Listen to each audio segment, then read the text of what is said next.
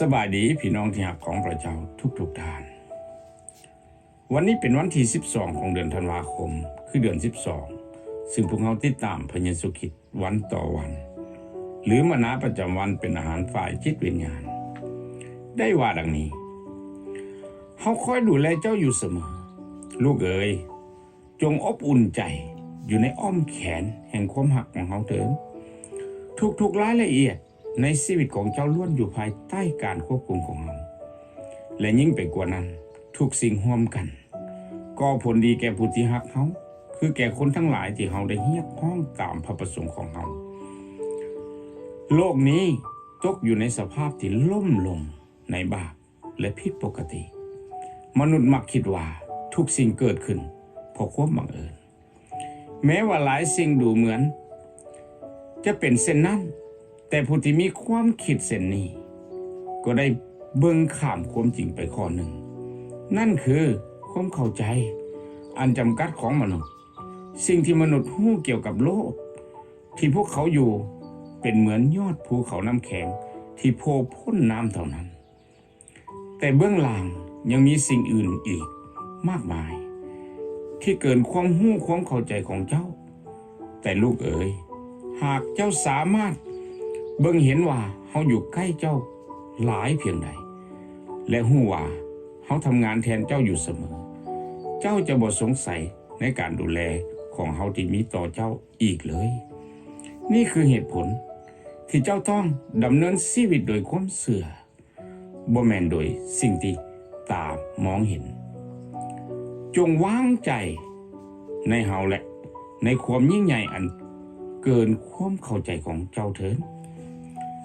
พระธรรมโรมบทที่8ข้อ28ยบบทที่12ข้อ1ข้อ3 1เปโตรบทที่5ข้อ7 2โกรินโธบทที่5ข้อ7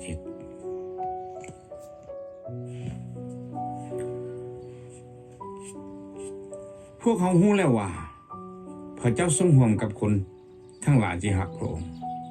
เพื่อให้เกิดผลดีในทุกสิ่งคือคนทั้งปวงที่พระองค์ได้ทรงเอิ้นไว้ตามพระประสงค์ของพระองค์ผู้ทรงโปรดเฮาทั้งหลายให้พ้น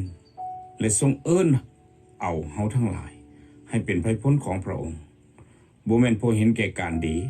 ที่เฮาได้เฮ็ดนั้นแต่เพราะเห็นแก่พระประสงค์ของพระองค์เองและพระคุณซึ่งทรงประทานแก่พวกเฮาในพระคริสต์เจ้าเยซูตั้งแต่ดึกดำบรรพ์มานั้นแล้วโยบก็ได้ตอบพระเจ้ายาเวห์ข้าแต่พระเจ้ายาเวห์ข้าน้อยฮู้ว่าพระองค์ทรงฤทธิ์อำนาจยิ่งใหญ่และพระองค์เฮ็ดทุกสิ่งตามใจมักด้วยมีหยังแดยากสำหรับพระเจ้ายาเวห์บ่ตามที่เฮาบอกเจ้าแล้วในระหว่าง9 เดือนเฮาจะกลับมาอีกและซาราจะมีลูกชายผู้หนึ่งพระเยซูเจ้าเหลียวเบิ่งพวกสาวกแล้วตอบว่าสำหรับมนุษย์แล้วเป็นไปบ่ได้แต่สำหรับพระเจ้าแล้วทุกสิ่งเป็นไปได้พระเยซูเจ้าเพ่งตาเบิ่งพวกเพิ่นและกล่าวว่าฝ่ายมนุษย์ก็เหลือกำลังที่จะเฮ็ดได้แต่บ่เหลือกำลังของพระเจ้าเพราะฝ่ายพระเจ้าทรงเฮ็ดได้ทุกสิ่งพระองค์ภาวนาอธิษฐานว่าพระบิดาเจ้าเอ๋ยพระบิดาของลูกพระองค์เฮ็ดได้ทุกสิ่งขอให้จอกของความทนทุกข์ทรมานนี้เลื่อนพ้นไปจากลูกถอนแต่อย่างใดก็ดีขออย่าให้เป็นไป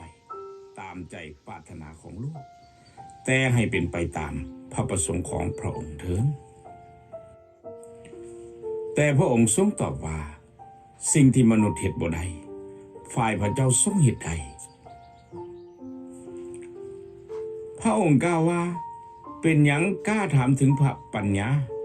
เพราะข้าน้อยเองโง่จ้าที่สุดข้าน้อยได้เว้าถึงสิ่งที่ข้าน้อยบ่เข้าใจ